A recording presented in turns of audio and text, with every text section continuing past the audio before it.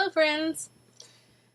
Well, I thought I'd just talk a minute about the YouTube monetization issues, copyrights, and some little things.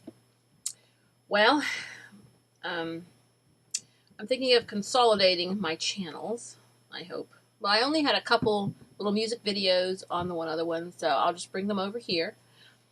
And I guess first about the music copyrights. They really do not give you a clear picture of what... Here's the thing. When I do my a cappella songs, I have never, ever gotten a copyright match on the a cappella songs. So if I sing, that's why I keep singing them, the a cappella songs, I don't get copyright matches. But even if I sing public domain songs, seriously, public domain songs, if I sing a public domain song with a piano accompaniment, I'll get a copyright match. So it's the music that's giving you the copyright match, not the lyrics. So if you sing a cappella, you won't get a copyright match. So yeah, I don't understand why I get copyright matches even for public domain songs. Now, and there are some copyright matches that say share revenue. And there are some copyright matches that say, no, you're not eligible to share, to monetize anything. So that's, oh well, that's the thing. I like to, so you don't know where they are with their music. And I said you watch videos and see people using music all the time. You're like, oh, what's going on? Anyway, we are using MuseScore. It's an open source, free, like composing software to do arrangements and play back the music. So we're generating some backing tracks, and I have several generated. So I just need to rehearse, and I'm hoping, for years I've been wanting to get CD Baby songs up. And CD Baby, now when you do songs with them, they publish them on YouTube with like a photograph.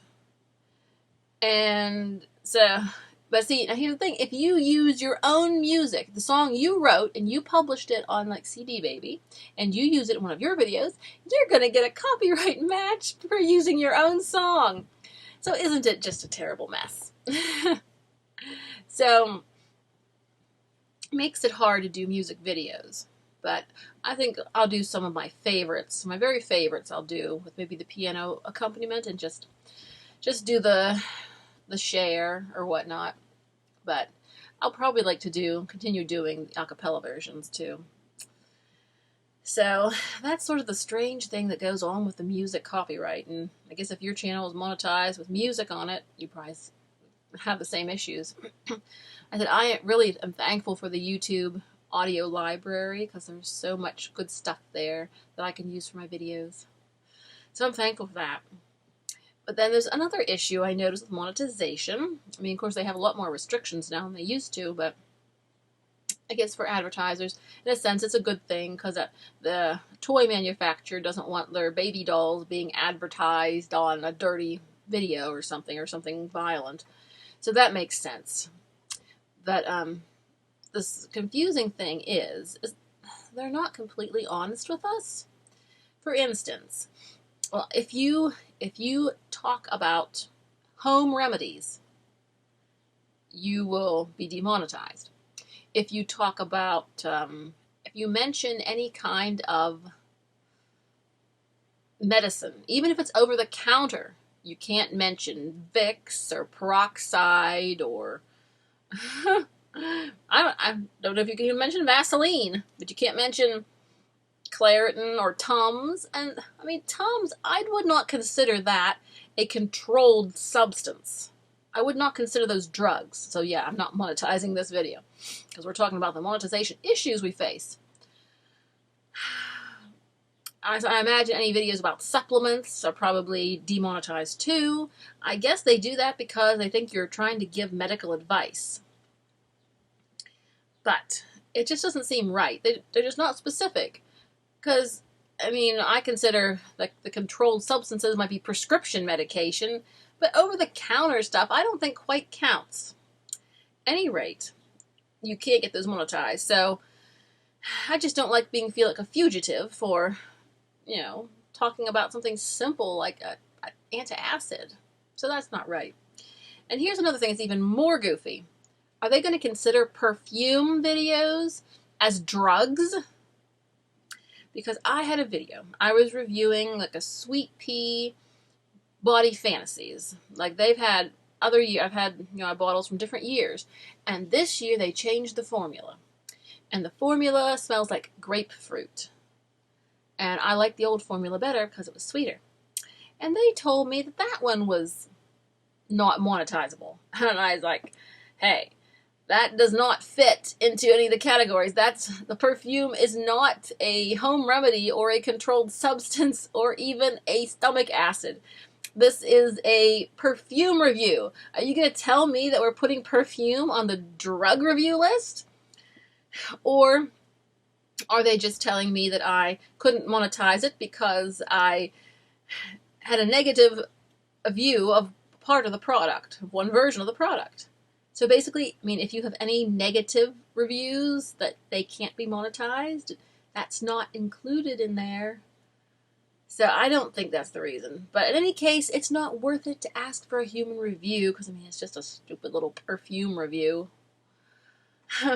But, yeah. And the point is, if it's, if they're going to say you can't mention Tums or you can't talk about perfume, then, I mean, how about the cooking shows? Are the cooking shows going to get demonetized for being drugs or controlled substances? I mean, maybe somebody put something in their recipe that they would consider, I don't know, something not so good or something like a home remedy in their recipe. So would they get demonetized for that? So, yeah, there's definitely issues. And I hate to rank perfume as a drug. And I am thankful, though, for the one little system they have now. It is make your video unlisted for a few hours and then see if anything comes up. But it seems to me that that Sweet Pea video was unlisted for a few hours and they still got it for being, I have no idea what they got it for being. Like I said, this monetization system is so picky. I said I did not even monetize me talking about my own book, my latest one, because it was a Western, and I'm like, oh, they might have, if I showed a page, they might have seen the word gun on the page, and I might be might put me in the category of limited. So it is a process of trying to understand their monetization system. But, however, so phooey to them. I make a lot of stuff for kids anyhow, so that helps. And just some general fashion blogs. At least fashion will never be considered a food or a drug, we hope. But as for the monetization, I have noticed that some people are growing their channels through buying ads. Now, buying ads can be a little expensive. You probably do like a $100 campaign at a time. So like $10 a day is usually what they say. So 10-day campaign for $100. And some people get lots of dislikes for their campaigns, but their channels are growing by leaps and bounds. So I'm like, hey, it must be worth it. So I'm thinking of starting to get into some of the ads, and of course I want to make sure I make a good ad. I tried it once, just the trial a few years ago, and it was 10 years ago, I think, and I just did a bad job. I don't know what I was thinking. I put like outtakes for my commercial. I guess I was a newbie. So it didn't do me much good, but I'll do a much better job this time of crafting my commercial. Something more appealing and with a purpose. The thing I hate about being young is being stupid. Being young and stupid. So, yes, I'm thinking of maybe start off with every couple of months, do like an ad campaign and try to build my channel, try to grow it, and just work harder. I want to do everything. So, thanks for watching. We'll talk to you later. Bye.